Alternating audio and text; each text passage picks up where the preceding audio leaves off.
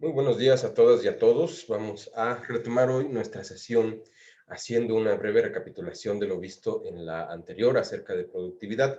Nosotros decíamos que podemos entender a la productividad de dos maneras. De una manera técnica, como el rendimiento de los factores de la producción, o bien el rendimiento de la producción misma, y desde un sentido histórico, que es el progreso o el avance o la evolución de las formas de producir, los cuales también impulsan a la sociedad hacia su propio progreso, porque nuevas formas de producir en ocasiones se traducen también en nuevas formas de distribuir, es decir, en la evolución del sistema mercantil. Y la evolución del sistema mercantil trae consigo la modificación de relaciones entre individuos, de tal forma que el progreso de los medios de producción se convierte también en un puente hacia el progreso de las formas de organización social. Desde el punto de vista técnico, habíamos comentado que hay dos grandes formas de analizar la productividad. Una, verla como el rendimiento del trabajo vivo sobre el producto generado, y la otra como el rendimiento del trabajo total sobre el producto generado. Y habíamos comentado que la diferencia entre el trabajo vivo y trabajo total es que el trabajo total incluye también el trabajo pretérito, es decir, el trabajo ya incorporado en maquinaria, en medios de trabajo, en herramientas. Y el trabajo vivo, pues consiste fundamentalmente en el despliegue de fuerza humana de trabajo. Existe de esta forma una relación entre el producto y el valor que conocemos como productividad, pero también existe su inverso. El inverso de la productividad, habíamos dicho, es el costo social unitario, que es la cantidad de trabajo que es incorporada por un volumen dado de producción. Más adelante vamos a encontrarnos con otros dos conceptos también muy importantes que amplían el sentido de esta relación, que son los de densidad de capital e intensidad de capital. Por densidad de capital nos habíamos comentado que es la relación entre máquinas por hora de trabajo o por fuerza humana de trabajo. Es decir, nos habla del rendimiento de la composición técnica, es decir, de la cantidad de maquinaria que tiene un productor a su disposición con respecto al número de trabajadores que las operan. Por otro lado, tenemos también la intensidad de capital, que nos habla del rendimiento de dichas máquinas sobre la constitución del producto. Podríamos plantearlo de otra forma y podríamos decir que la densidad de capital se trata de ver cuánto valor, o cuál es la relación entre valor generado por instrumentos técnicos y valor generado por las personas dentro de una mercancía, de un producto. Y cuando hablamos de intensidad de capital, hablamos de cuánto producto puede generar un volumen determinado de bienes de capital fijo, en este caso, bienes de mercancía. Y hasta aquí nos habíamos quedado, y el siguiente paso era considerar ahora los determinantes de la productividad, que Valenzuela los estratifica. Nos habla de unos determinantes que son inmediatos y otros que son mediatos, unos de una primera aproximación y otros de una segunda aproximación. ¿Existe alguna duda hasta aquí? No, profesor. No, profesor. Muy No, bien. profe. Pues antes de comenzar a definir los determinantes de la productividad, vamos a hablar de los determinantes de la densidad de capital. Nuevamente, la densidad de capital es el rendimiento, la relación de rendimiento que existe entre la maquinaria incorporada y la cantidad de horas de trabajo incorporadas dentro de una mercancía. Para tener más densidad o menos densidad de capital es necesario considerar los siguientes factores. El primero es la tasa de acumulación. Nos referimos a tasa de acumulación cuando hablamos de la cantidad de capital que es amasada bajo las manos de un mismo productor. Es decir, la cantidad de bienes que va adquiriendo a lo largo del tiempo un productor. A mayor cantidad de bienes a niveles absolutos, va comenzando a incrementarse la productividad del trabajo. Es decir, una mayor cantidad de capital dispone la posibilidad de producir más. Y en esta posibilidad de producir más, probablemente existe una disminución del trabajo vivo que se necesita para poder constituir el producto, o no. Pero si no, entonces se incrementa la escala de la producción, que significa se emplean más factores de producción y se emplean más personas dentro del proceso productivo, y la acumulación de capital entonces va acrecentando el volumen de bienes producidos. El segundo determinante de la densidad de capital es la oferta tecnológica. Habíamos visto que la tecnología es el conjunto de métodos o de herramientas sistematizadas para poder llevar a cabo la producción. Por lo general, bienes de capital con mayor tecnología hacen que el trabajo sea más fácil, de tal manera que la constitución del producto y del trabajo socialmente necesario por hora de trabajo, perdón, la constitución del producto por hora de trabajo socialmente necesario, esta relación se va reduciendo, lo que significa que en menos tiempo podemos tener más producción y de mejor calidad. La tecnología finalmente es un elemento que simplifica el proceso productivo, tanto visto desde el punto de vista de los bienes de capital fijo como visto desde el punto de vista del capital variable o bien de la fuerza humana de trabajo. Va muy relacionado a la disponibilidad de oferta tecnológica, el gasto en inversión y desarrollo, que son todas las inversiones que realizan los productores con el fin de lograr saltos tecnológicos, es decir, de mejorar la tecnología existente, de mejorar procesos y procedimientos con el fin justamente de poder abaratar los procesos de producción y poder generar mercancías a un ritmo mucho más rápido. Cuando se gasta en inversión y desarrollo, se impulsa también el avance de la tecnología, pero se impulsa también el avance de la ciencia, lo cual en muchas ocasiones también está aparejado con una relación de impulso o de evolución social, dado que el conjunto social a través de la investigación va descubriendo más acerca de la naturaleza que le rodea, acerca de sus relaciones entre el grupo y acerca de sus relaciones con la naturaleza. Y finalmente, la comprensión que tenemos sobre la propia realidad nos permite también dar un impulso adicional hacia nuestra evolución civilizatoria y hacia, como mencionaba Valenzuela al principio, tener un mayor dominio y destreza sobre la naturaleza. Finalmente, el último determinante que menciona sobre la densidad de capital son las presiones competitivas. Por presiones competitivas se refiere a la constante lucha que existe entre los diferentes miembros de una misma industria por abaratar sus costos de producción, reducir su precio de costo. Esto es la cantidad de valor que incorporan por hora de trabajo dentro del proceso de una mercancía, con el fin de poder acrecentar ganancias.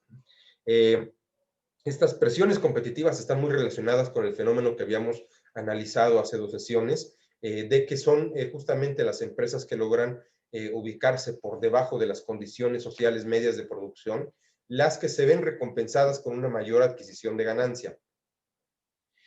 Dado que en esta orientación del capitalismo, en la cual el objetivo de todo proceso productivo es, en primera instancia, obtener capital incrementado y ya después preocuparse por la satisfacción de necesidades sociales, las presiones competitivas van manifestando esa actitud y van haciendo que entre todas las empresas estén constantemente luchando por alcanzar condiciones de trabajo sociales medias utilización de tiempo social de trabajo por debajo de las condiciones de trabajo sociales medias. Recordemos que si se ubican por arriba de las mismas, es decir, si el tiempo que les toma constituir una mercancía es mayor al tiempo medio, entonces las empresas incurren en pérdidas. Pero si les toma menos tiempo que el socialmente necesario, entonces generan ganancias y van teniendo la posibilidad de ir excluyendo a las demás empresas que no son tan productivas como ellas del mercado. Las van expulsando o les van quitando márgenes necesarios de ganancia. Las presiones competitivas también nos hablan de la posibilidad justamente de que una empresa adquiera un mayor poder de mercado sobre las demás. ¿Y qué quiere decir que adquiera poder de mercado? Que se vuelve una empresa que controla mayores volúmenes de oferta y demanda que todas las demás. Podemos referirnos a eufemismos como empresas preponderantes o a términos utilizados en el lenguaje económico como empresas oligopólicas o monopólicas. Distinguiendo que las oligopólicas son un grupo de empresas muy reducido que controla un mercado y al controlar un mercado imponen los precios que ellos desean para poder mercantilizar sus productos y como los otros como las otras empresas no están en las mismas condiciones para poder producir, o sencillamente no existen más empresas salvo que ese reducido grupo monopólico, entonces pues los consumidores tienen que comprar al precio que se les dicte. Y la misma relación ocurre con empresas monopólicas, solamente que en las empresas monopólicas es una sola la empresa que domina todo el mercado. Un ejemplo de oligopolio muy famoso en nuestra realidad mexicana, pues era el monopolio televisivo, antes de que la reforma de telecomunicaciones abriera el mercado a más empresas, que de todas formas el número de empresas en el sector aún sigue siendo reducido si tomamos en cuenta la cantidad de cadenas distintas que hay al aire, pero bueno, durante mucho tiempo prevaleció el duopolio televisivo de TV Azteca y Televisa, sobre todo en los años previos, antes de la apertura del sector de telecomunicaciones, había algunos otros competidores en el mercado. El principal competidor pues era el propio Estado con Canal 22 y Canal 11, pero también eventualmente pues surgió Cadena 3 que operaba el Canal 28 y antes también a principios del siglo XXI antes de que ustedes nacieran había otra compañía que se llamaba CNI y que operaba el Canal 40. Finalmente ahí por disputas comerciales TV Azteca se apropia de Canal 40 en el año 2000. En ese momento cesan las transmisiones de la televisora como canal independiente pues bueno, crece más el poder de mercado de TV Azteca.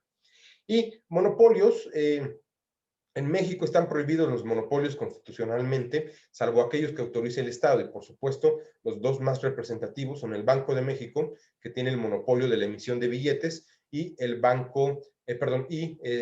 Petróleos Mexicanos, que a pesar de ya tener un esquema de apertura que permite la inversión extranjera, sigue siendo la única empresa autorizada en México para realizar actividades de explotación y comercialización de petróleo.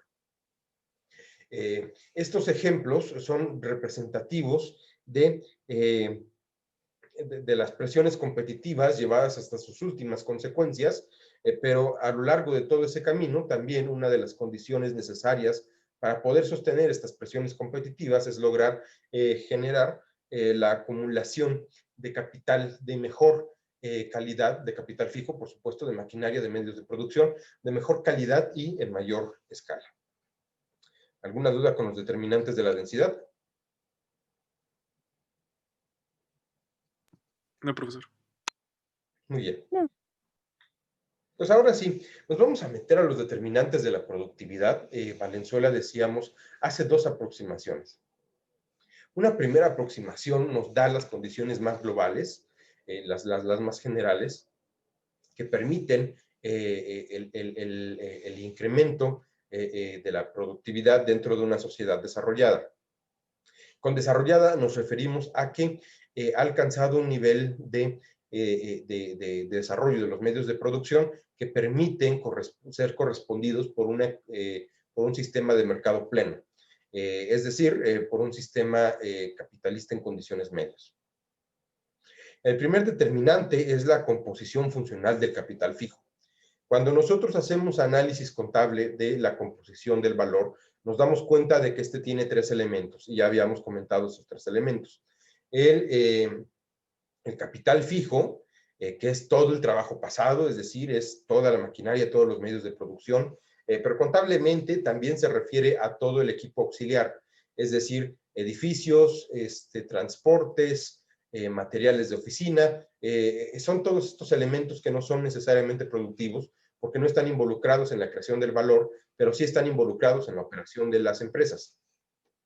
El segundo elemento del análisis del valor es el capital variable o trabajo vivo, que es la fuerza humana de trabajo de la cual dispone el empleador para poder llevar a cabo el proceso productivo. Todas las personas contratadas. Y el tercer elemento, decíamos, es la plusvalía, que es todo el valor adicional del que se apropia el productor a lo largo de una jornada de trabajo, sujeto a que sus otros dos factores de producción, el capital fijo y el capital variable, operen bajo condiciones sociales, por debajo de las condiciones sociales medias. Es decir, que operen con tal eficiencia que puedan crear más valores por hora de trabajo que los que dictan las condiciones de trabajo sociales medias y en consecuencia exista una cantidad de trabajo por la cual el empleador no necesite pagar, que es justamente la plusvalía. Entonces, el valor es igual a estos tres elementos: capital fijo más capital variable más plusvalía. Pero bueno, habíamos comentado que el capital fijo a su vez se divide en dos partes. El capital fijo que digamos es productivo y el capital fijo que no es productivo. Y justamente el primer determinante es la medición de esta relación entre el capital fijo productivo y el no productivo. Entre más capital productivo tenga una empresa o una industria, mayor será la posibilidad o mayor será el volumen de valor que vaya incorporando dentro de sus mercancías. Es decir, mayor será la eficiencia del trabajo. Y al ser mayor la eficiencia del trabajo, es mayor también la productividad. Recordemos entonces muy precisamente que la composición funcional del capital fijo nos dice que es justamente la parte del capital fijo que corresponde a los medios de trabajo, maquinaria, herramientas, la que dispone la cantidad o más bien la productividad del trabajo de esa unidad, por encima de los bienes que no son productivos, del capital que no es productivo, como bodegas, almacenes, edificios, material de oficina y transporte. El segundo determinante de esta primera aproximación es la escala de producción, es decir, la cantidad de medios de producción comprometidos en el proceso. Y por escala de producción también nos referimos a algo tan muy simple como el número de máquinas y de trabajadores que puede tener una empresa. Tal vez un taller de baja escala productiva, por ejemplo, en una rama textil, podría componerse de algunas cuantas máquinas, no más de 5, por ejemplo, para coser, bordar, para hacer arreglos, y un número igual de personas para operarlas. Esto genera un producto determinado, pero si fuera posible para el dueño de estos medios de producción invertir en más factores de producción, podría duplicar, triplicar, cuadruplicar, enneplicar, multiplicar el número de máquinas y de trabajadores que lo disponen. Supongamos que el trabajador logra hacer, perdón, el dueño de los medios de producción logra hacer una inversión que le permite triplicar, pues entonces ya también se está generando más producto y la cantidad de valor, la cantidad de hora de trabajo socialmente necesario que requiere en la constitución de cada producto individual se va disminuyendo, de tal manera que puede tener más ganancias y puede también producir más rápido. El siguiente es la edad del capital fijo. El capital fijo, la maquinaria, se va desgastando, va perdiendo la capacidad de generar trabajo de manera tan eficiente como lo era al principio, y esta degradación que viene por el uso, contablemente se va reponiendo a lo largo de la vida del producto, porque finalmente su contribución de la ganancia sobre la ganancia es ahorrada en partes alícuotas del valor por parte del propietario, con el fin de, cuando se agoten esos medios de producción, poder sustituirlos por unos nuevos. Pero mientras llega ese momento de llevar a cabo la sustitución, hay desgaste, hay ruina, en los factores de la producción. A lo mejor las máquinas cortadoras van perdiendo filo, las máquinas troqueladoras van perdiendo precisión, los hornos van perdiendo eficiencia térmica, y todos estos desgastes van incidiendo también en que la calidad de los productos generados se vaya perdiendo. Y al perderse, se va incurriendo en un gasto mayor de tiempo en corregir las ineficiencias o corregir los errores o corregir las imprecisiones que van generando estas máquinas. O justamente implica que sea necesario hacer inversiones anticipadas en la reposición de la maquinaria y equipo. Entre más nuevo sea el capital fijo, mayor precisión y mayor rendimiento va a tener sobre el trabajo, sobre los productos generados. De tal manera que es más productiva aquella empresa que tiene los mejores medios de trabajo, las mejores maquinarias, los mejores equipos. El siguiente determinante son los periodos de maduración de inversiones y de crecimiento. Ningún proceso productivo comienza de la noche a la mañana. Se adelanta siempre una cantidad de dinero que se traduce en la contratación de personal y en la compra de medios de producción, en la instalación y en la instalación de los mismos o en la creación de infraestructura, y estos procesos se demoran un tiempo. Por ejemplo, nosotros pensemos en un agricultor, invierte X cantidad de dinero en la adquisición de semillas, pero va a tardar algunas semanas, si no es que meses, en plantar las semillas, regarlas y hacerlas que crezcan y estén listas para la cosecha. Finalmente, para el caso del agricultor, este periodo de maduración de la inversión se va a convertir en su ciclo productivo. Es decir, va a ser normal que demore tanto esta diferencia entre el momento en el que hace la inversión y el momento en el que obtiene los beneficios. Pero a lo mejor para los productores manufactureros, en un principio, sigue habiendo un periodo de maduración largo, pero cuando este periodo de maduración se regulariza, es decir, cuando ya está instalada la planta de la fábrica, las máquinas, los trabajadores, el ciclo de producción se va haciendo más rápido después de ese periodo inicial. Supongamos que para construir el edificio de una nueva fábrica nos demoramos 6 meses. Pero para alcanzar la oferta que satisface la demanda efectiva, nos tardamos solamente un mes. Entonces, en cada mes va a haber un flujo de ganancias que regresa a la empresa industrial.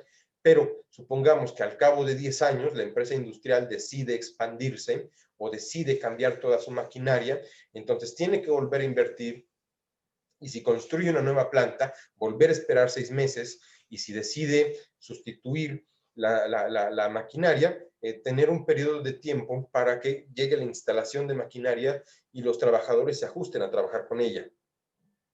Y hablaríamos, por ejemplo, de un periodo que oscila entre los 2 o 3 meses, por ejemplo. Bueno, pues este periodo que tardan, que se tarda en tener funcionando la nueva inversión es un periodo de maduración. Y las empresas que son capaces de acortar este periodo de maduración son aquellas que tienen mayor predisposición a la productividad. Y de igual forma, el tiempo que se tardan los trabajadores en adecuarse a las nuevas condiciones de trabajo, a la operación de nuevas máquinas o a la incorporación de nueva tecnología y a su utilización, se conoce como curva de aprendizaje. Esta curva de aprendizaje es la cantidad marginal de habilidades con respecto a los nuevos conocimientos que va adquiriendo el trabajador. Y también se trata de una curva que mide destreza sobre tiempo. Al principio, la cantidad de tiempo que le va tomando al trabajador, la cantidad de tiempo que le va tomando al trabajador para desarrollar estas destrezas es muy largo. Pero conforme va dominando las destrezas, cada vez realiza los trabajos más rápido. Y no solamente realiza los trabajos más rápido, sino que incorpora ya menos conocimientos nuevos, es decir, se va habituando tanto a la operación de estas nuevas máquinas que ya no necesita gastar tiempo en capacitarse. Llega el punto en el que la curva de aprendizaje se aplana, es decir, la cantidad de habilidades y de conocimientos nuevos se va igualando de tal forma que ahora sí, con total destreza y como si hubiese conocido a su máquina de toda la vida, el productor logra hacerla funcionar y hacerla rendir. El siguiente determinante es la tasa de operación. Nos referimos a tasa de operación a la cantidad de bienes de capital o a la cantidad de maquinaria y equipo que tiene el productor funcionando a lo largo de una cantidad del tiempo. Es decir, si yo tengo 10 máquinas y las 10 las tengo trabajando, tengo una tasa de operación del 10%.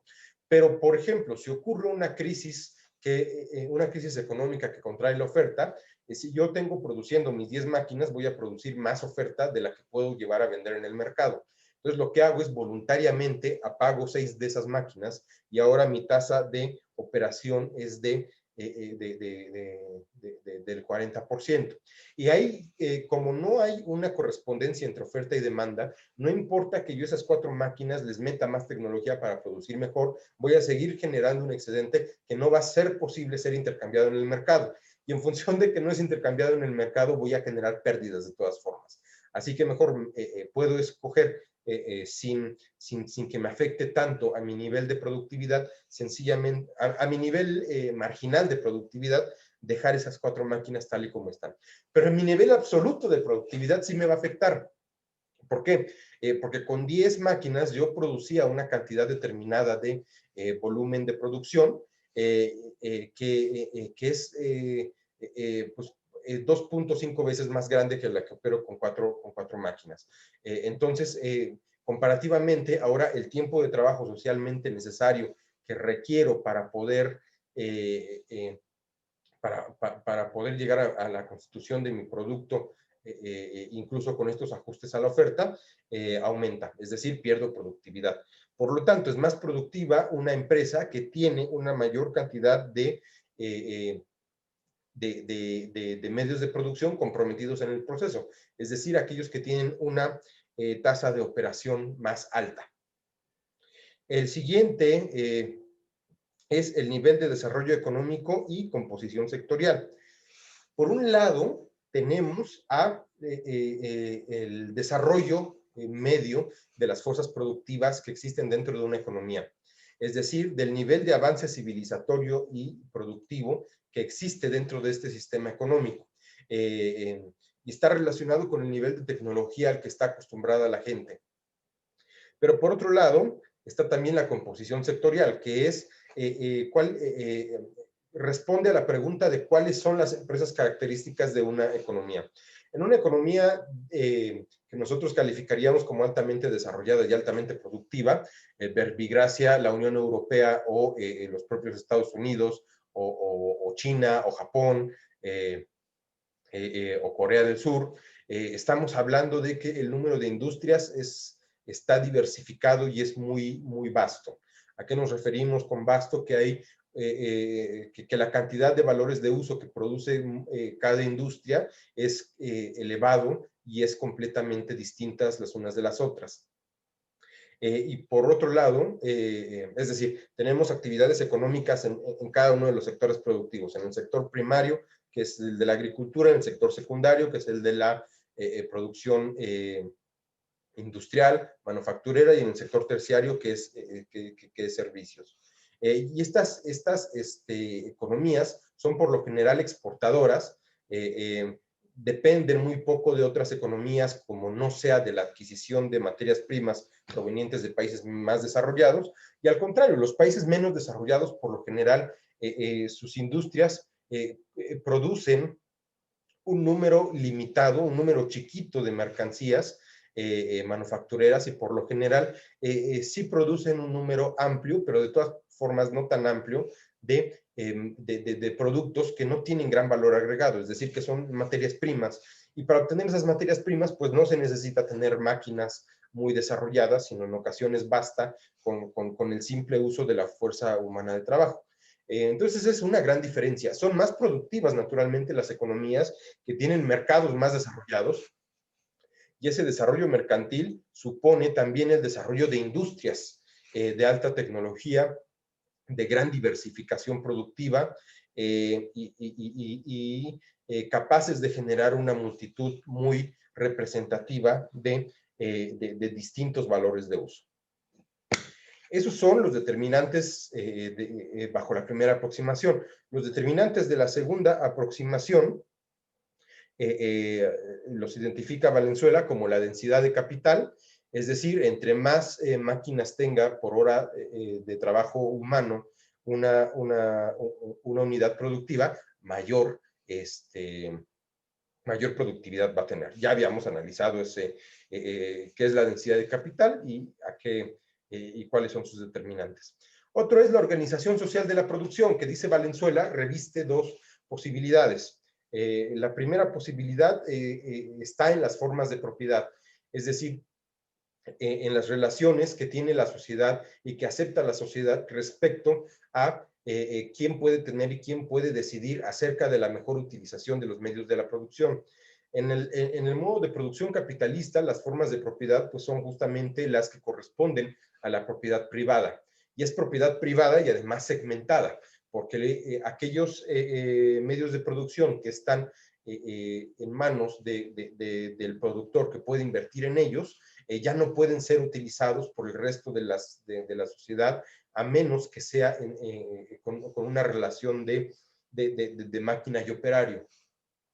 Y naturalmente también es un número muy reducido de personas, de empresarios, y si se quiere en ciertas circunstancias también de funcionarios de gobierno, quienes deciden cuál es la mejor forma y en qué tasa y a qué velocidad y en qué escala se utilizan los medios de producción.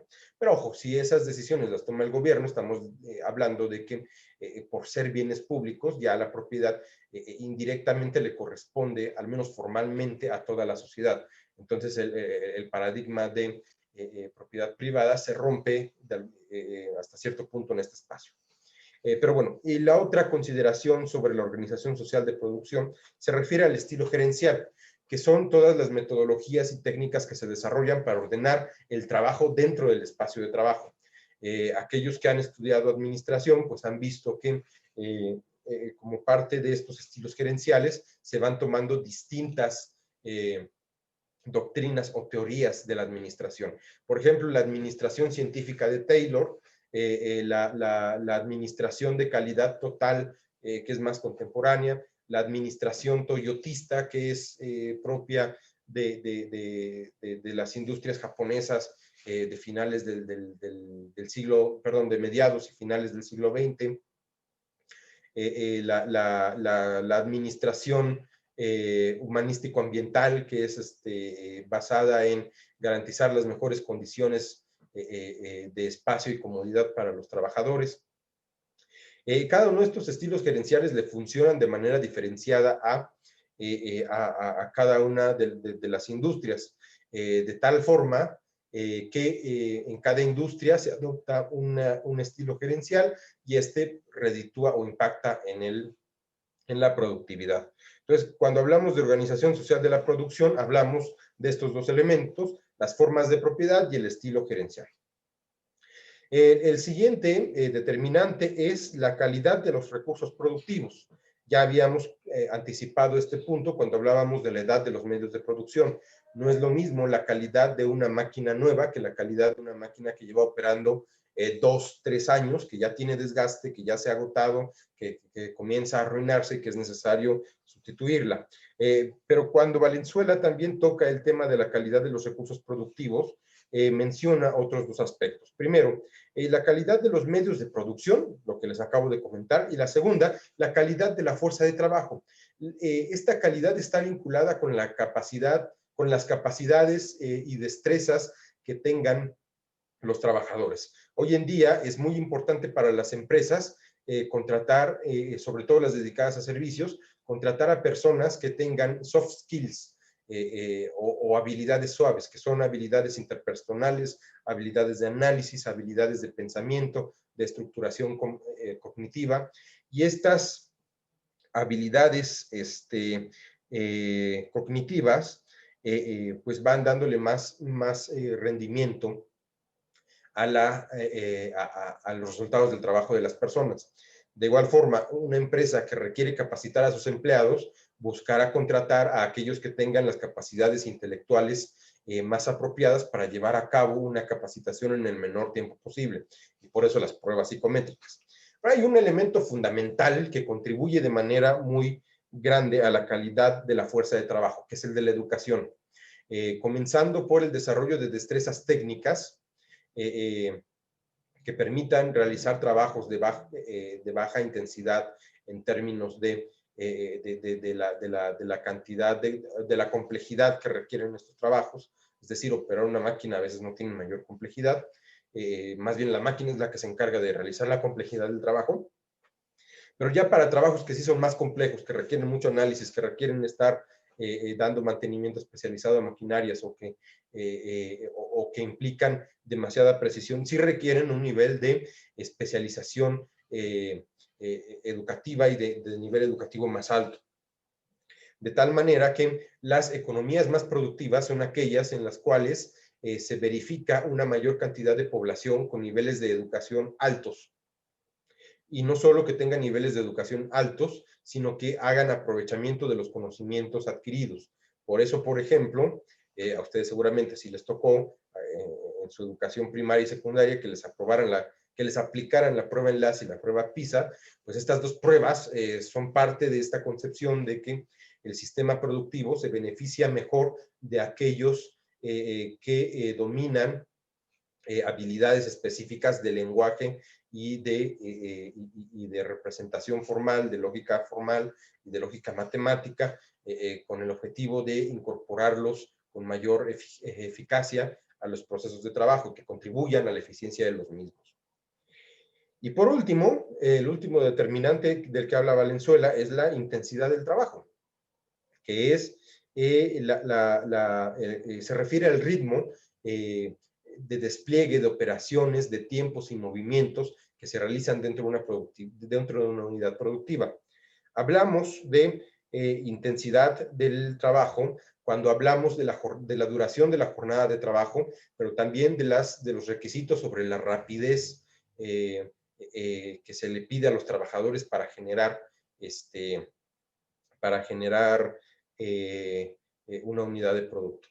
Supongamos, por ejemplo, que trabajamos en una fábrica que produce bisagras, que cada trabajador manualmente lleva a cabo los siguientes movimientos. Tomar la parte inferior de la bisagra, insertar el tubito de la bisagra y poner la parte de arriba de la bisagra, la parte articulada, después colocar remaches encima de las dos partes móviles y ya, ese es el proceso de la bisagra. Ya tenemos una bisagra funcional constituida de dos partes, articuladas ambas por un eje, por un tubito de metal. Un trabajador podría realizar la constitución de esa bisagra en 15 segundos y en un minuto producir, por lo tanto, 4 bisagras. 4 bisagras por hora equivale a 2.400 bisagras. 2.400 bisagras por una jornada de trabajo de 10 horas se traduce en 24.000 bisagras. Pero resulta que la demanda efectiva del mercado de bisagras impone que en condiciones de trabajo sociales medias, una empresa sea capaz de producir el doble y más del doble, es decir, 50.000. En 10 horas, suponiendo que la jornada de trabajo fuera de 10 horas, la empresa, porque así se lo exige el mercado, debería producir 50.000. Entonces, como es un trabajo de baja densidad de capital, es decir, que no hay demasiada maquinaria, a lo que hay que apelar es a la intensidad, a la intensidad del trabajo, es decir, que el productor de bisagras trabaje más rápido. Entonces, le toma 15 segundos constituir una bisagra. ¿Puede hacerlo más rápido? La respuesta que está buscando el productor es sí. y al ser sí, pues le va a exigir que todo este proceso de agarrar la primera parte, meter el tubito de metal, poner la base móvil y hacer el remache, no dure más de 5 segundos.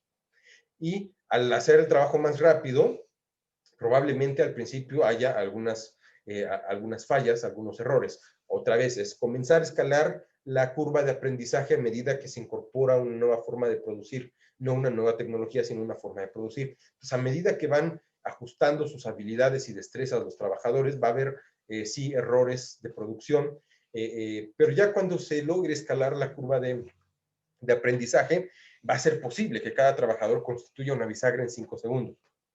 Entonces, una bisagra en 5 segundos implica 30 bisagras por minuto, que implica después por hora 1800 bisagras.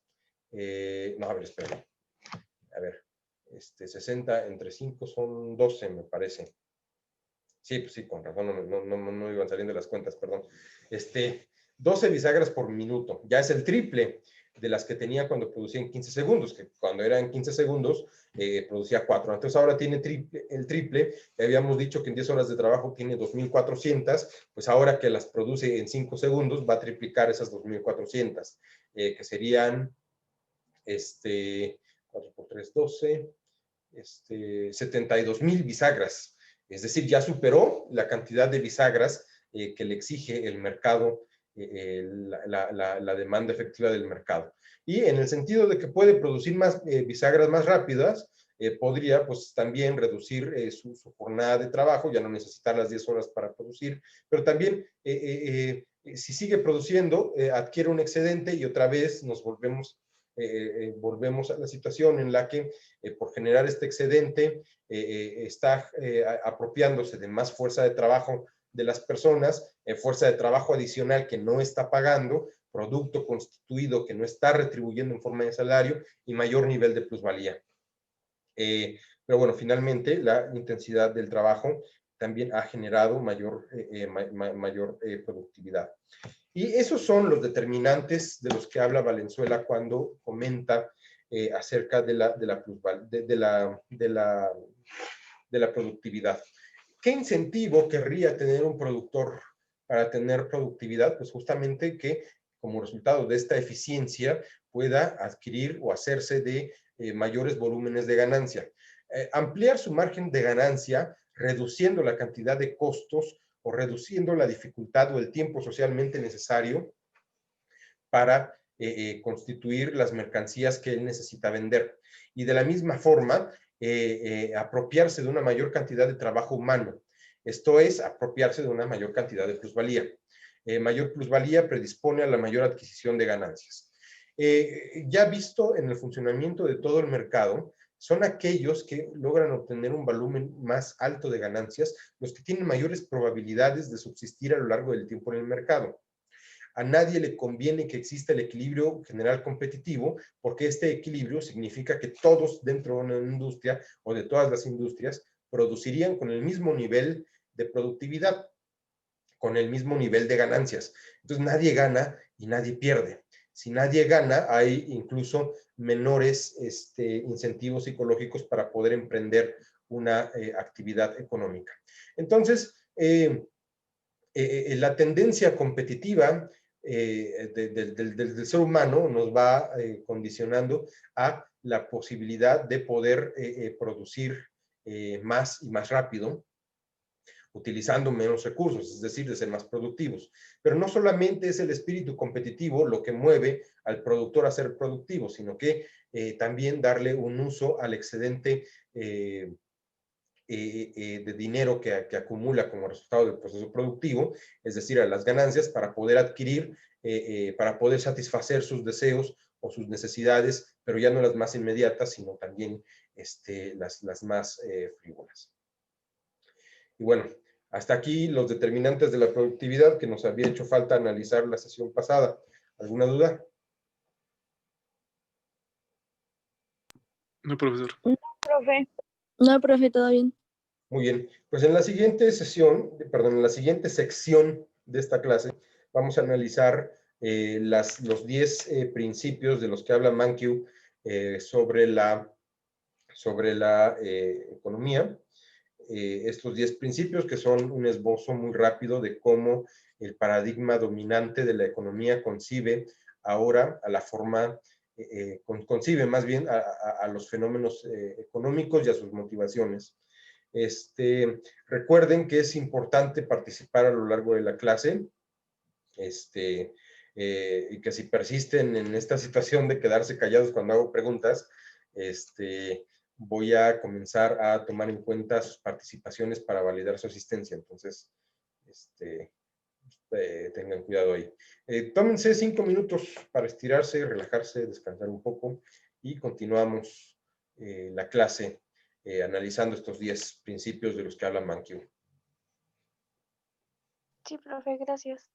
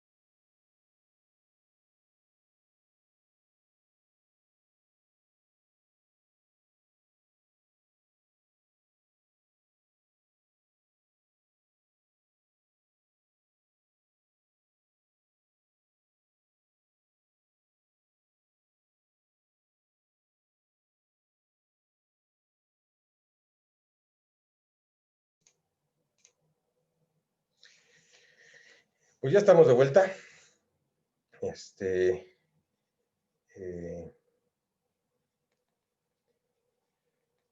La lectura que hemos analizado para el día de hoy tiene un discurso ideológico que no me gusta mucho, pero bueno, es el discurso al que se van ustedes a enfrentar cotidianamente cuando hablen con economistas, porque es el discurso dominante de la economía como ciencia actualmente. Y justamente he querido empezar con estos 10 principios porque a lo largo de la siguiente unidad, que ya ahorita estamos dando pie a la segunda unidad,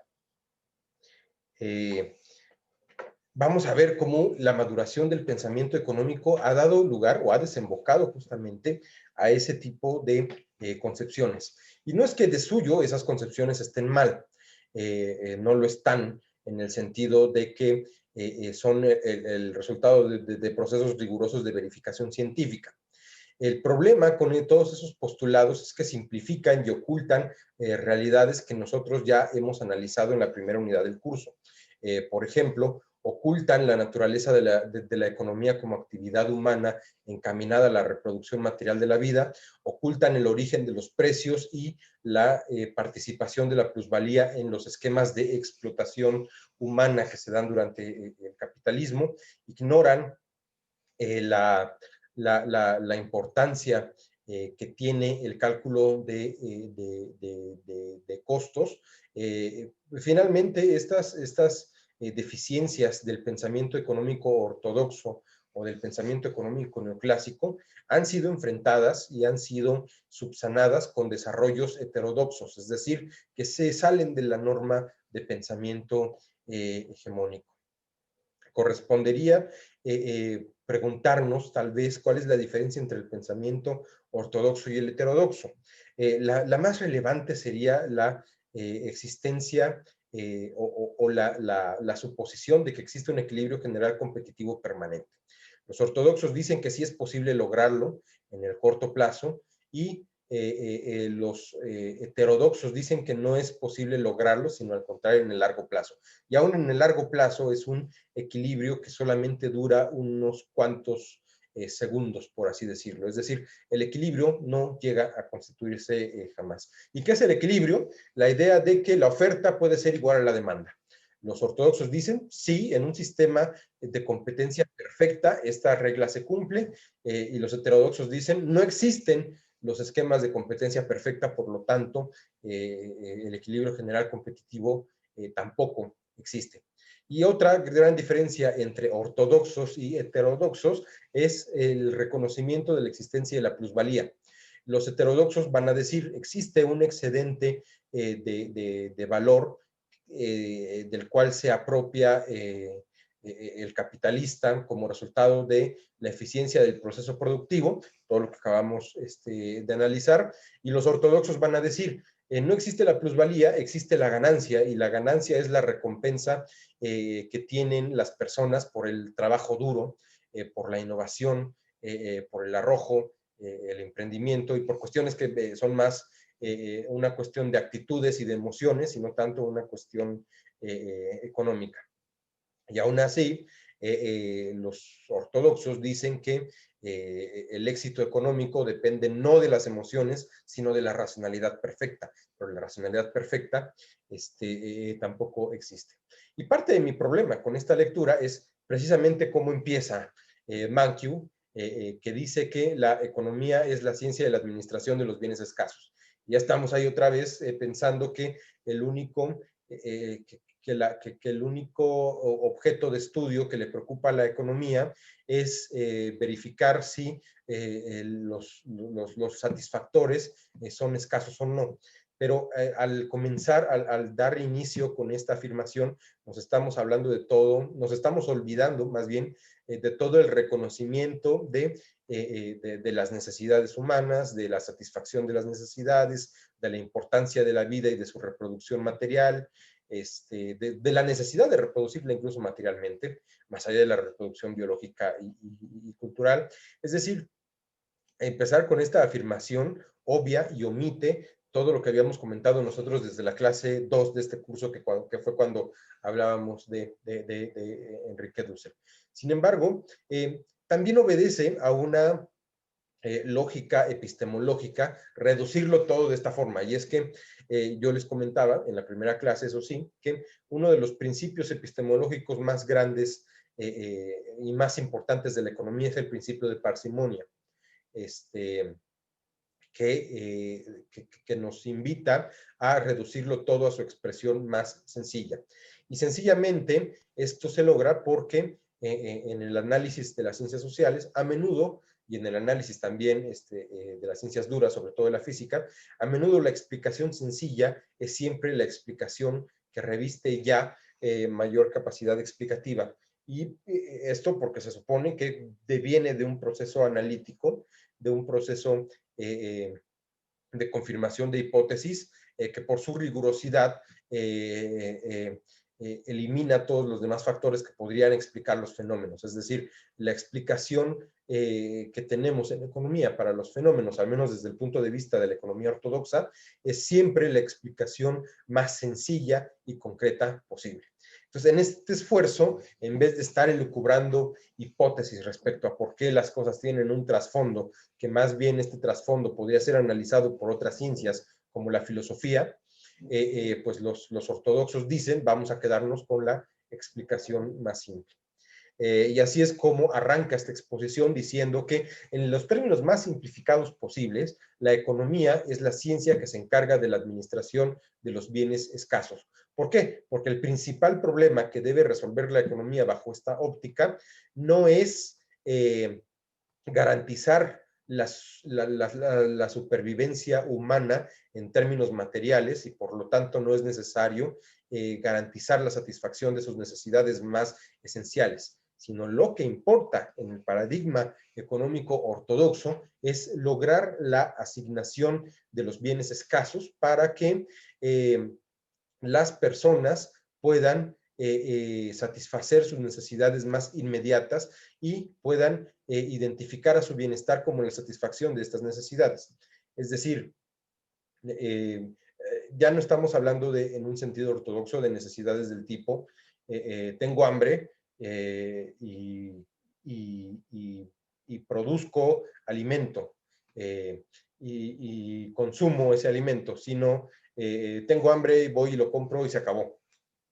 Pero para que pueda satisfacer mi hambre, también es necesario que exista suficiente del satisfactor que permite callar mi hambre. Y bueno, esas preocupaciones no me interesan a mí como consumidor, sino que le interesan al productor. Es decir, en la teoría ortodoxa, y sobre todo en el inicio, cuando estábamos analizando a Dussel, entendíamos al ser humano como un ser económico completo, es decir, como productor y como consumidor. En la teoría ortodoxa entendemos al ser humano como consumidor o como productor y como dos polos enfrentados que finalmente si armonizan su relación es solo porque existe un espacio donde pueden llevar a cabo resolver esas contradicciones, que es el mercado, y un instrumento que les permite resolverlas, que es el precio. Se oculta entonces toda la teoría de creación del valor, que es característica de Marx. Pero bueno, en algún momento, decían los neoclásicos, fue necesario haberse preocupado de todas estas consideraciones que ahora se ocultan. Y si esas consideraciones las abordaron los economistas clásicos, Adam Smith, David Ricardo, Thomas Malthus, ellos ya habían pensado todas esas cosas y por lo tanto, cuando llega la revolución marginalista o la revolución neoclásica, pues ya no era necesario seguir teorizando acerca de esas cosas que se daban por sentadas. Así que en la literatura lo que llega son las explicaciones más simples de los fenómenos económicos. Un ejemplo, esta que acabamos de revisar. Un poco en el espíritu de esta concepción y en el espíritu ideológico de esta lectura, me gustaría proyectarles a continuación un video que habla de justamente cómo el sistema capitalista se ve a sí mismo y cómo entiende sus categorías fundamentales y cómo entiende a grandes rasgos su, la aparición y el desarrollo de los fenómenos que identifica la teoría neoclásica como económicos. Entonces los voy a proyectar ahora.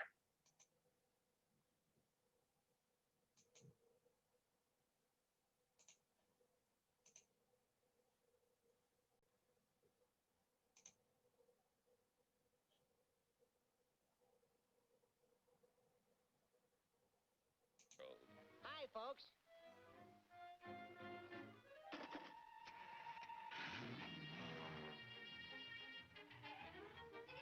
Joe's the king because he can buy more with his wages than any other worker on the globe.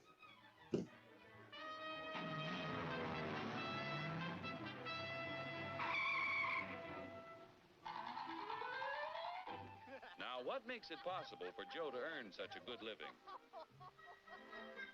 He's no smarter than workers in other countries. Are you kidding? He's no stronger than workers in other lands. Oh, yeah? Well, just watch me.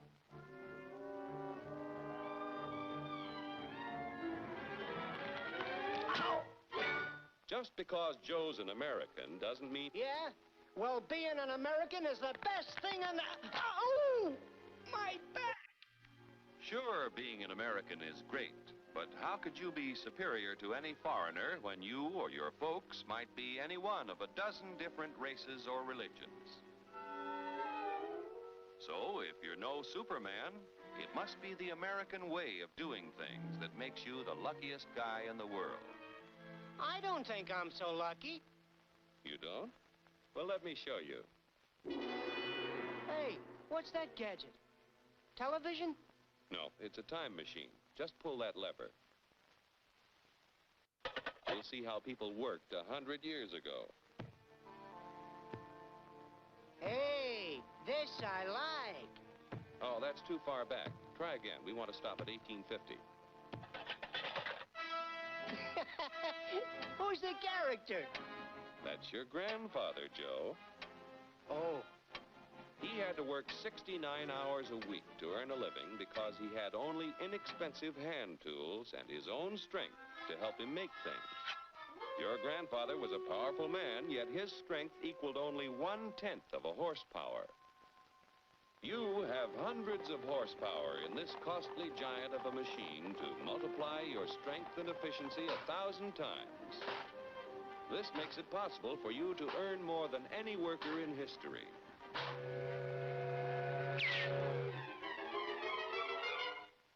And still have leisure time each day to enjoy life. So I'm lucky. But what about the rich guy who does nothing while I do the work? True, there are rich people who contribute nothing. And there are poor people who contribute the same. But most of the invested capital that buys the tools you use comes from your fellow Americans. 40 million of us have money in the banks. 70 million of us own insurance policies.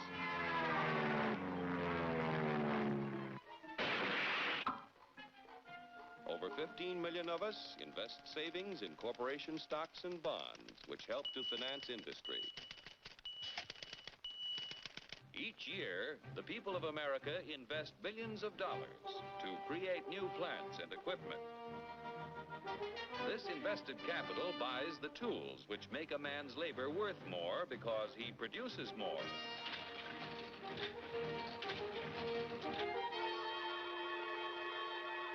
In China, for example, where there is practically no capital available for investment in plants or tools, a man's labor is not worth very much. A coolie takes 10 days to move 10 gallons of kerosene 100 miles at a freight cost of 10 cents a gallon. An American railroad worker takes only 2 hours to move 100,000 gallons of kerosene 100 miles at a freight cost of 1 cent a gallon. The coolie makes 10 cents a day. An average American railroad worker makes $10 a day, or 100 times more than the coolie. The average railroad worker has the benefit of a $20,000 investment in equipment. The Chinese coolie's equipment is worth only 10 cents. With constant improvement in expensive tools and the skill to use them, the value of any man's labor can be multiplied many times. Naturally, the people in this country who invest their savings with industry expect dividends. No dividends, no investments. Without new capital each year to finance new plants, tools, and equipment, labor and management would soon find themselves in pretty bad shape. Yeah, without capital to buy new tools, I might not do so good. But look what a new invention did to my grandpa. For 25 years, he knocks his brains out in the wagon works. Then along comes the gas buggy. Need I tell you what happened to Grandpop?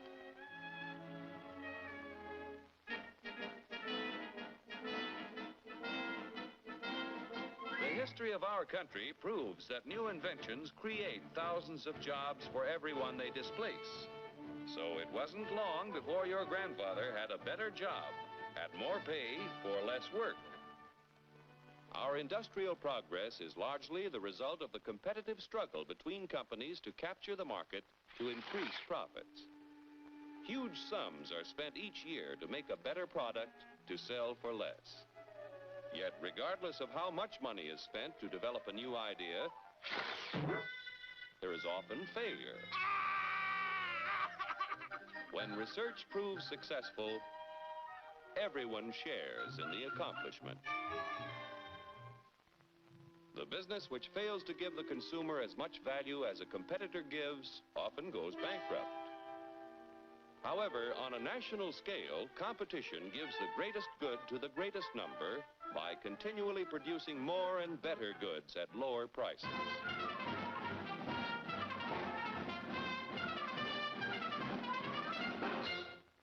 The American way of doing things makes it possible for more people to own their own homes. We're only 7% of the world's population, but we have 50% of the radios.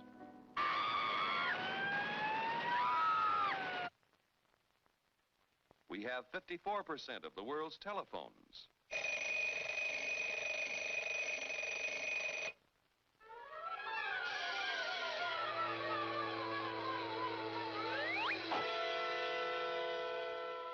Americans own practically all the refrigerators in existence to give them plenty of ice quickly and easily. Bathtubs, we've got 92% of them.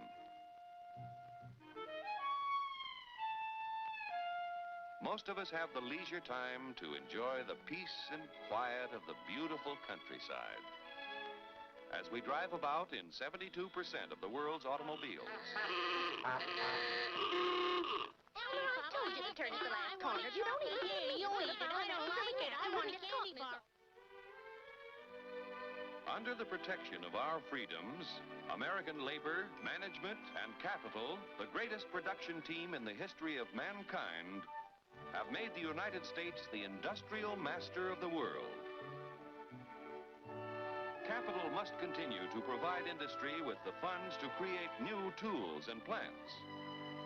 Labor and management must continue to increase the production of better goods at lower prices so that more people will be able to buy the things that make life easier and happier for all of us. Then Joe will continue to be the king of the workers of the world. You said it, brother.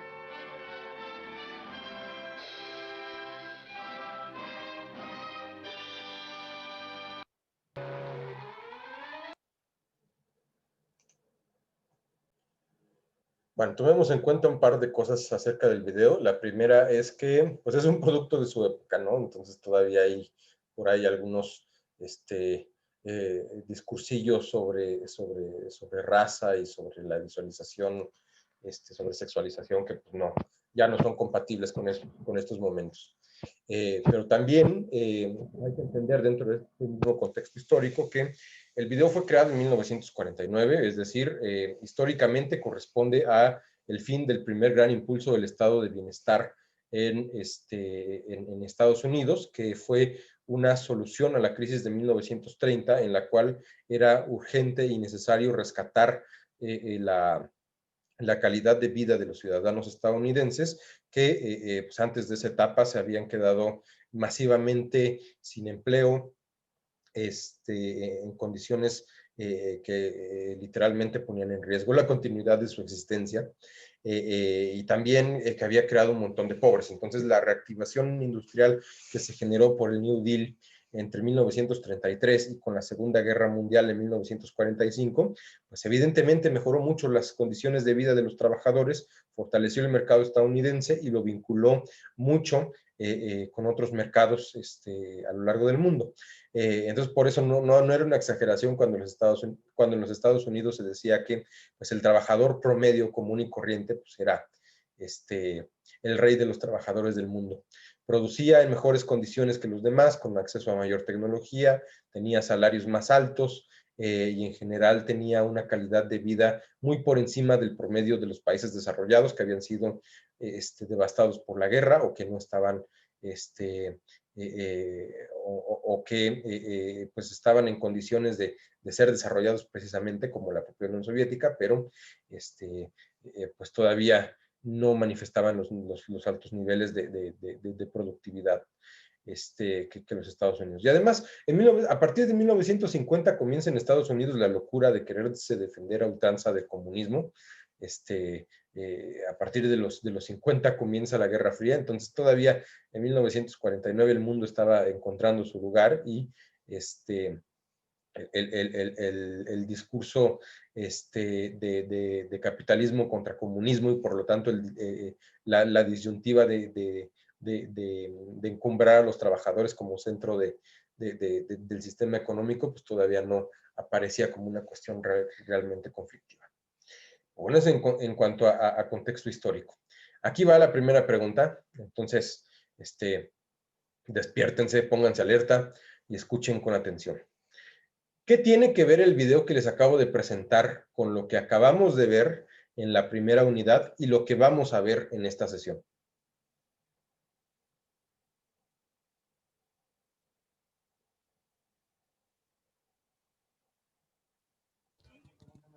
Pues, Yo, profesor. A ver, Jessy.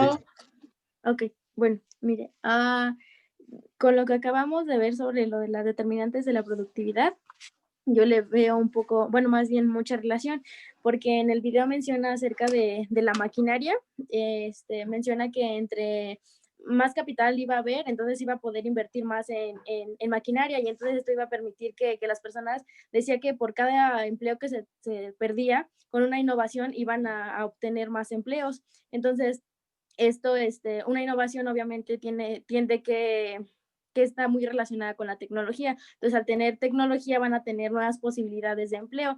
Entonces, usted nos decía que con por ejemplo, la escala de producción, que era el número de maquinarias que íbamos a tener, el trabajador y los trabajadores que iba a tener una empresa. Entonces, esto va muy de la mano con lo que mencionaba en el video. Otra de los determinantes que podrían influir también podría ser la tasa de operación, que era el número total de maquinarias de producción que iban a tener. Entonces, igual, ¿no?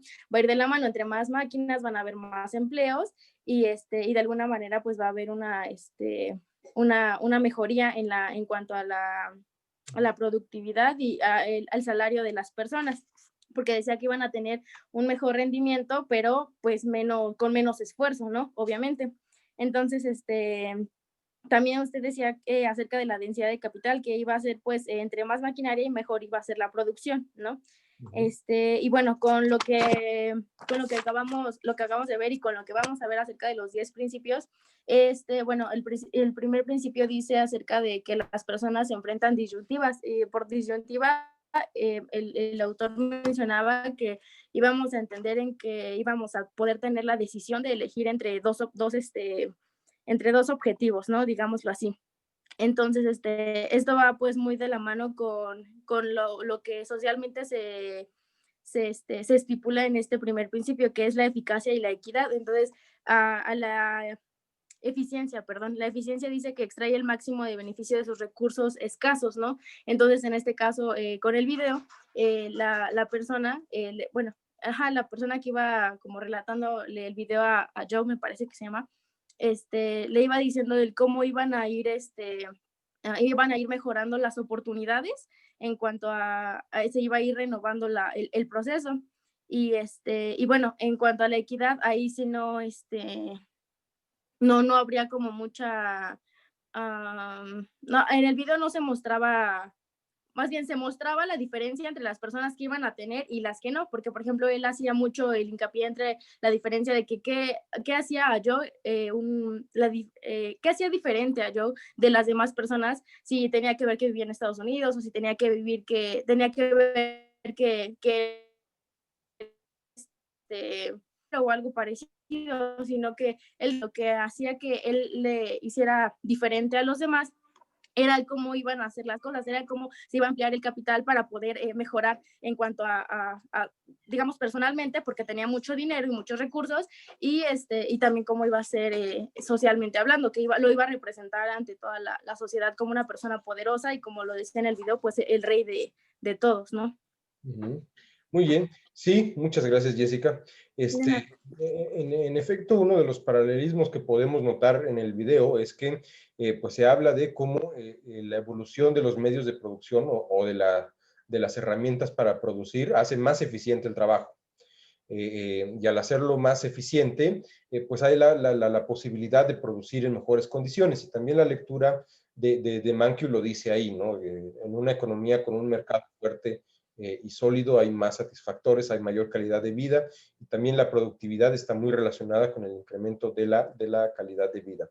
En efecto, la eficiencia en el video pues es una de las claves para el éxito económico de Estados Unidos en ese momento. Y bueno, afortunadamente, estando en esta etapa de estado de bienestar, esa eficiencia y ese mejoramiento, pues también se constituye dentro de la composición de valor de los productos en la posibilidad de otorgar mejores salarios. Ahí también hay una cuestión que no aparece tan obvia en el video y tampoco aparece tan obvia en la lectura, acerca de la distribución de la riqueza. En el capítulo 2 del libro de Mankiw sí que se demuestra esta relación, pero me parece que ese capítulo lo vamos a analizar más tarde. Cuando el trabajador recibe un mejor salario, está en mejores condiciones para consumir. En la época del estado de bienestar en Estados Unidos, incentivar el consumo de los trabajadores era muy importante, por eso se buscaba salarios altos para incentivar el consumo. Pero ojo, que aquí el trabajador puede enfrenta una primera disyuntiva, ¿no? Que es la de decidir utilizar su dinero para poder comprar o para invertir. Y que si invierte, lo que está esperando es que por el dinero que está dándole al banco, él reciba un dividendo o reciba una ganancia. Si la ganancia no lo convence, pues va a preferir consumir. Sin embargo, el propio video nos indica que es una categoría especial de ciudadanos los que invierten, que son los más ricos, los que tienen dinero, no solamente para satisfacer sus necesidades, sino también para poder destinarlos a la creación de nuevos negocios, de nuevas unidades productivas. Entonces, pues son ellos los que contribuyen. Pero no solamente ellos, vemos también que en la fila del banco hay un niño con su cochinito. Habla también de que cualquiera puede contribuir en el sistema financiero a la financiación de proyectos productivos. Y el sistema financiero, la única obligación que tiene, además de trasladar esos recursos a quienes lo necesitan para generar o para mantener vivos sus negocios, es comprometerse con el ahorrador o con el inversionista a darle su respectiva ganancia. Muy bien. ¿Alguien más iba a hablar? Junto con Jessica estaba pidiendo la palabra. ¿Quién era?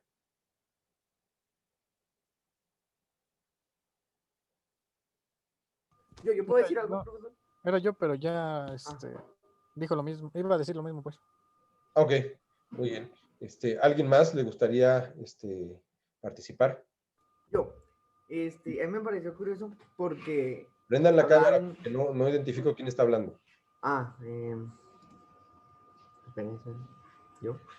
Ya, listo. A mí me pareció, bueno, interesante porque habla de las innovaciones, pero no de las innovaciones, o sea, se compran las innovaciones que van saliendo pues nuevas. O sea, no sé, ahí mostraba no sé si era un calcetín, y es, por ejemplo, lo podemos poner en la pandemia con las vacunas. El que saque la vacuna va a ser el que gane más dinero y es el que le van a comprar más, mientras que los otros pues van a perder. También hablaron de las empresas que, o sea, como usted nos explicó, unas pierden y unas ganan. Entonces, entre las que más ganan, tratan de sacar más a las que están por debajo de ellas y se van haciendo más grandes hasta que llegan a la bancarrota. Y ya. Muy bien, muy bien. Sí, las innovaciones tienen que ver, porque pues evidentemente aquellos países que tienen una composición de capital más intensiva en tecnología, pues son los que pueden producir en mejores condiciones. Y dentro de las industrias, pues va existiendo este desplazamiento de los que son menos productivos. Pero también en la competencia internacional, los países que tienen generalmente niveles más altos de tecnología van desplazando a los productos de los países que tienen menos. Entonces, son mejores a la hora de exportar y los países que les compran pues, les dan una preferencia. Pero bueno, visto desde un punto de vista microeconómico o visto desde el punto de vista de una economía tan específica como el caso de Estados Unidos aquí en el video, las innovaciones permiten incrementar la eficiencia de los medios de trabajo, de los medios de producción, y al incrementar la eficiencia es posible generar más riqueza. Y esa generación de riqueza, al menos para el contexto histórico del video, se veía recompensada, o más bien recompensaba también al trabajador. Se veía trasladada a través de un buen salario, un alto salario para el trabajador. De tal manera que, sí, a todos en el sistema nos conviene que exista una estructura productiva de alta eficiencia, con altos niveles de desarrollo y con altos niveles de tecnología, pero también es necesario que acompañando a esa forma de producir, de estar integrados, exista también una política salarial y una política de ingreso que permita no solamente al trabajador satisfacer sus necesidades esenciales, sino también que le permita tener tiempo para disfrutar de la vida o que le permita, pues también para darse lujos de vez en cuando. Entonces no hay nada malo en eso. Lo malo ocurre cuando como parte del sistema como parte del esquema de operación de este sistema económico, el logro de esos objetivos requiere y exige el sacrificio humano de la fuerza de trabajo de las personas y la apropiación de esa fuerza de trabajo sin remuneración. Muy bien.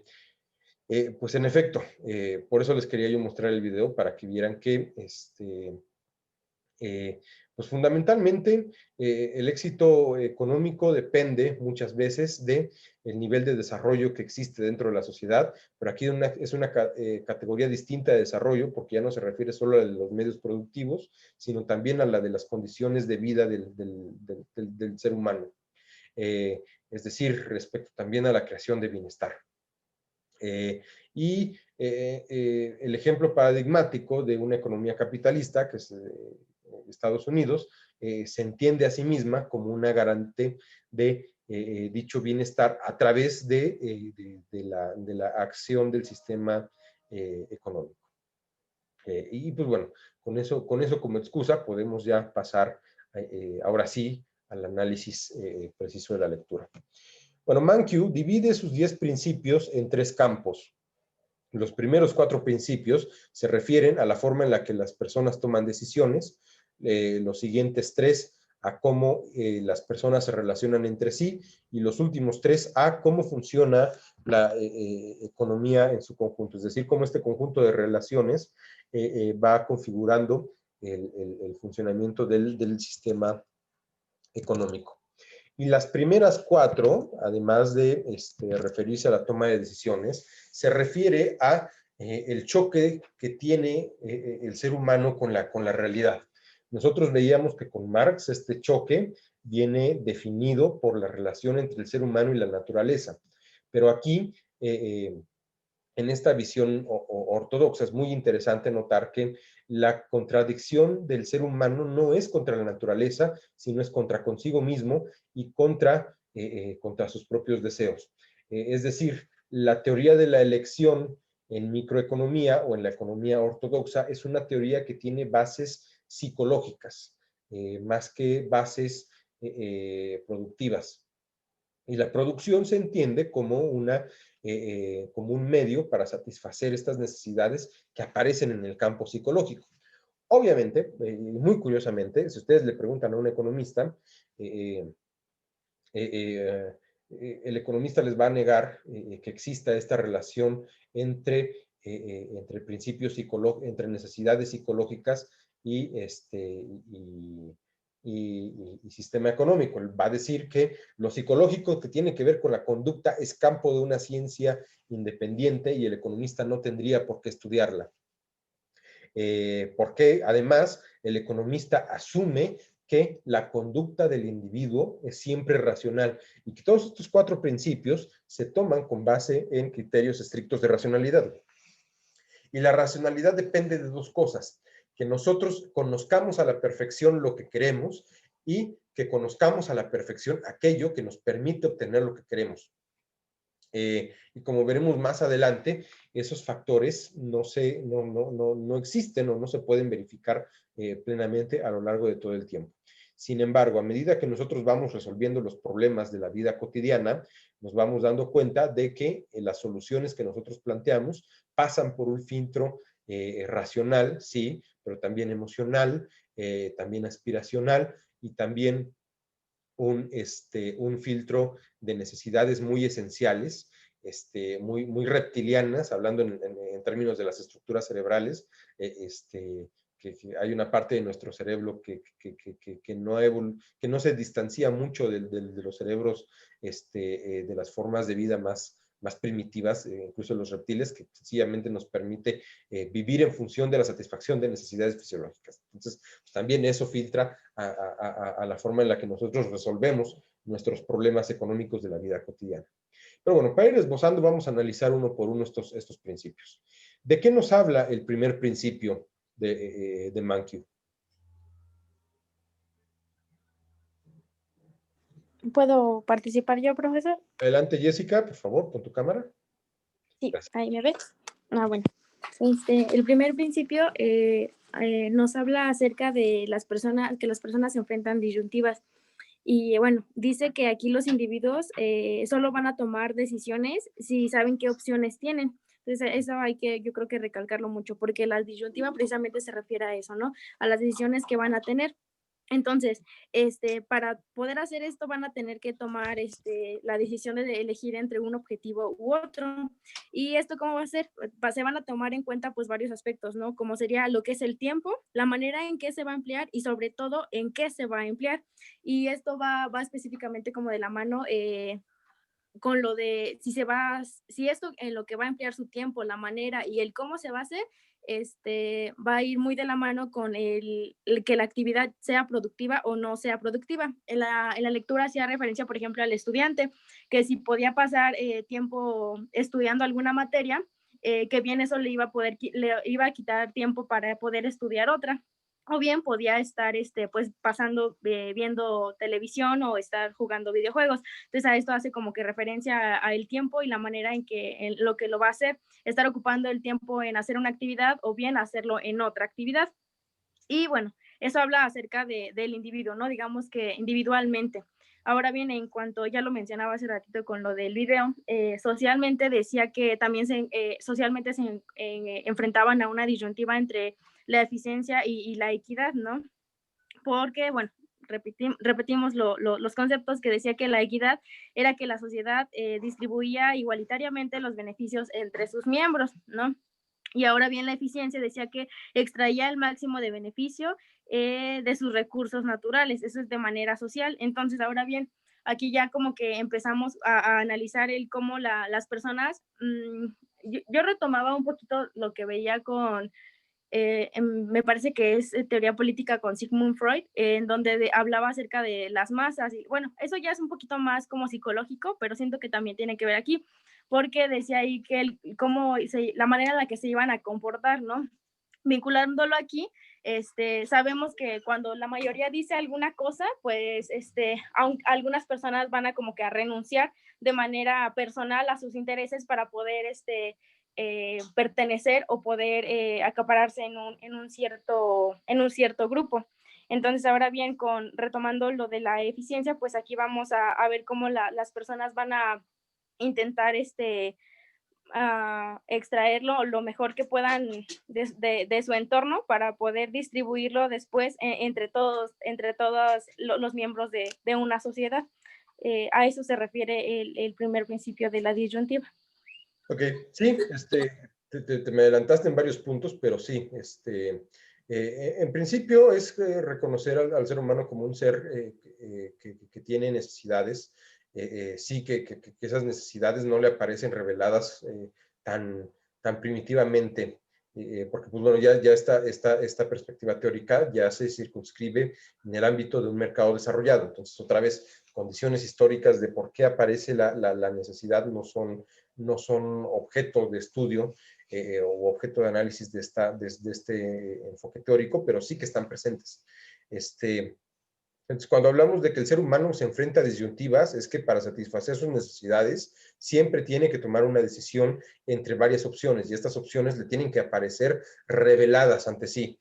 Es decir, el ser humano aquí es concebido como consumidor, y como un consumidor que solamente consume aquello que tiene a la mano, aquello que le aparece revelado de la manera más obvia y más presente. Entonces puede tomar la mejor decisión en función de que el propio ser tenga conocimiento de estas opciones y tenga también conocimiento de sus propias necesidades. Pero no solo en este plano, sino que también cuando el ser humano se convierte en productor, tiene que tomar decisiones acerca de para qué y en qué momento y cómo producir. Y tiene también que preocuparse por los resultados de su producción, de tal manera que es aquí cuando aparece justamente la disyuntiva entre eficiencia y eficacia y equidad. Cuando produzco eficientemente, precisamente puedo lograr obtener el mayor beneficio de los medios. Y con beneficio aquí nos referimos a la mayor satisfacción de necesidades posibles. Y equidad pues, se refiere a justamente que la repartición de todo lo generado pueda beneficiar por igual a todas las personas. Pero nos dice Mankiw que una crítica a esto es que si todo el mundo se preocupa por la equidad y por darle, dice él, la riqueza de los ricos a los pobres, entonces los ricos ya no tienen incentivo para seguir produciendo, lo cual es cierto en el sentido en que necesitamos también, para poder darle una solución a nuestras disyuntivas, poder tener una motivación para resolver las disyuntivas. Y esas motivaciones no siempre tienen que ver con la identificación o la satisfacción de nuestras necesidades más inmediatas. Muy bien. ¿Alguien más le gustaría comentar este punto?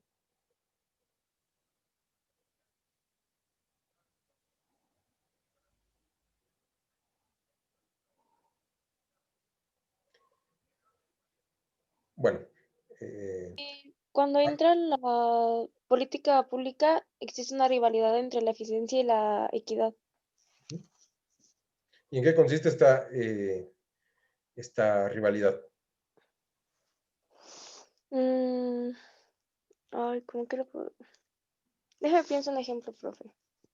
Ok, no nos da tiempo de que lo pienses. Entonces vamos a pasar a, ampliando lo que decía Aileen, pues justamente esta rivalidad entre la política pública pues tiene que ver con eso, ¿no?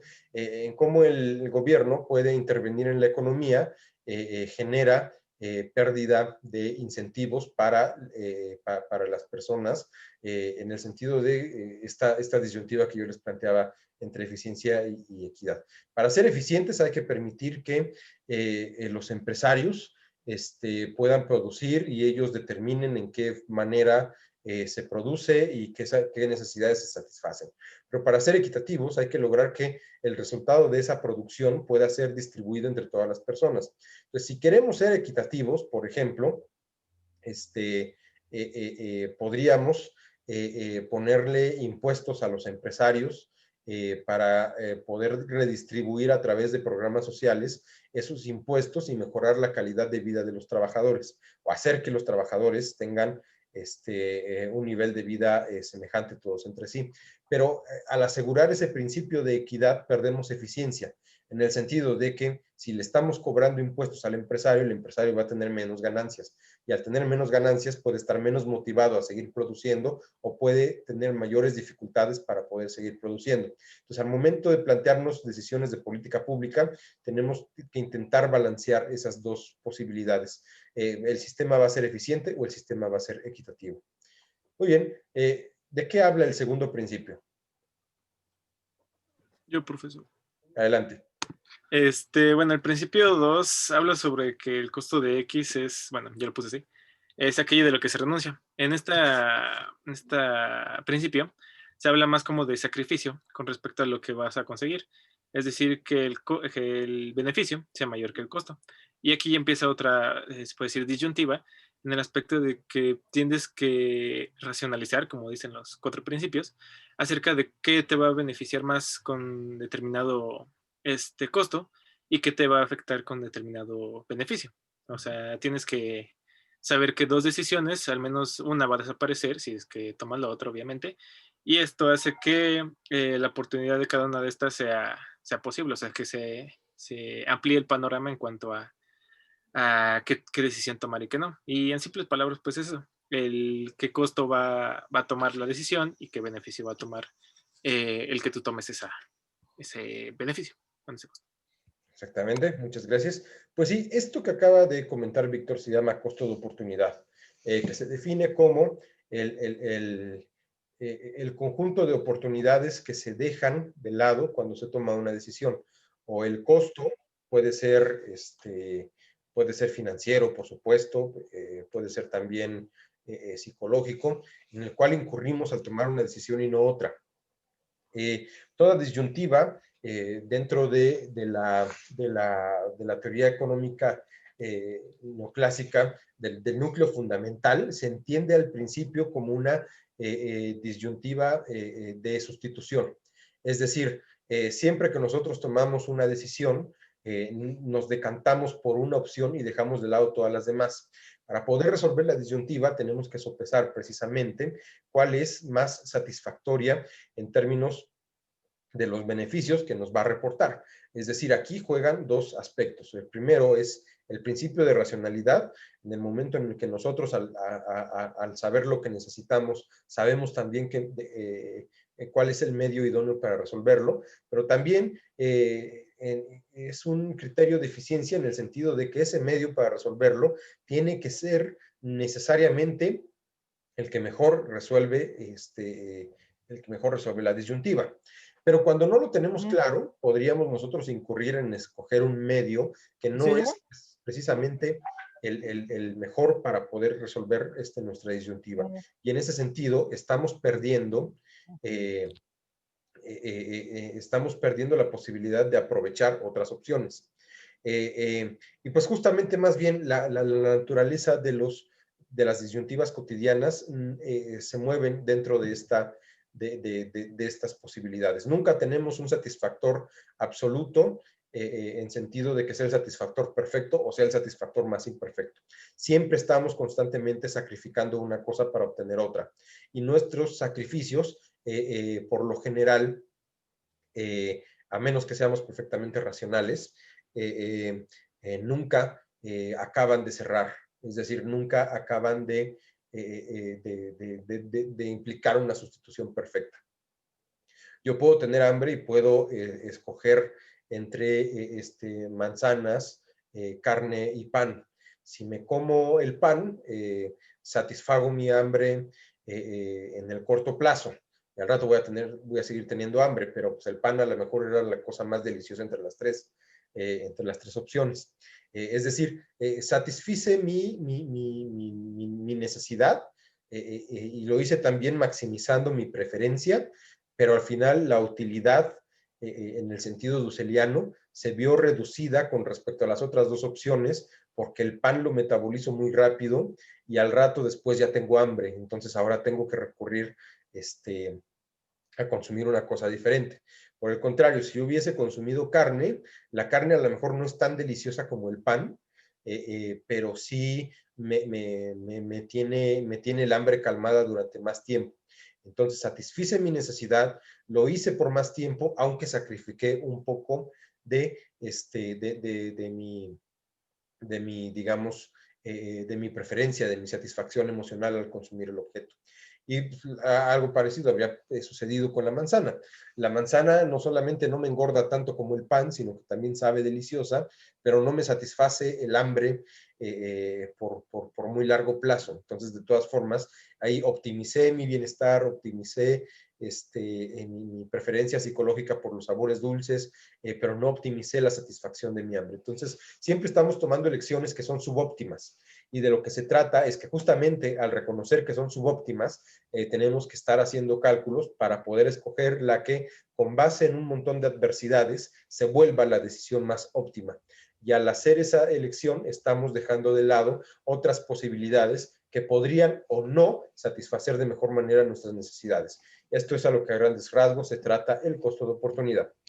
Muy bien, vamos a revisar los que nos faltan en la siguiente clase, el próximo martes, en la primera hora de clases, y en la segunda, pues ya nos vamos a meter a ver un poquito de historia de pensamiento económico de la antigüedad, para que veamos pues cómo hemos empezado a racionalizar esta actividad humana mucho antes de que dicho análisis pudiera haber sido confirmado como ciencia. ¿Alguna pregunta antes de retirarnos? No, profesor. No, profe. Bueno. No, profe. No, profe. Pues como siempre, recuerden que la clase va a estar disponible en YouTube dentro de unas horas. Y nos vemos el próximo martes. Gracias. Hasta luego, Sí, profe. profesor, gracias. Buen día. Gracias, profe. Hasta luego.